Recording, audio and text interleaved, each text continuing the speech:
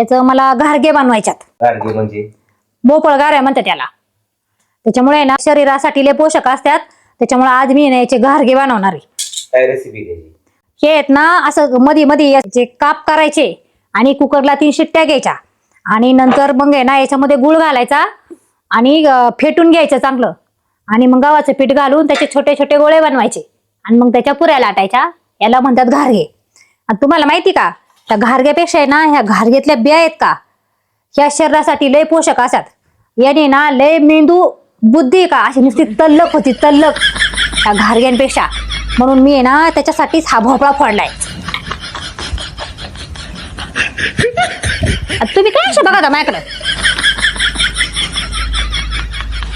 काय झालं तुम्हाला बघाय घारगे करू का नको करू? 哎呦我的妈！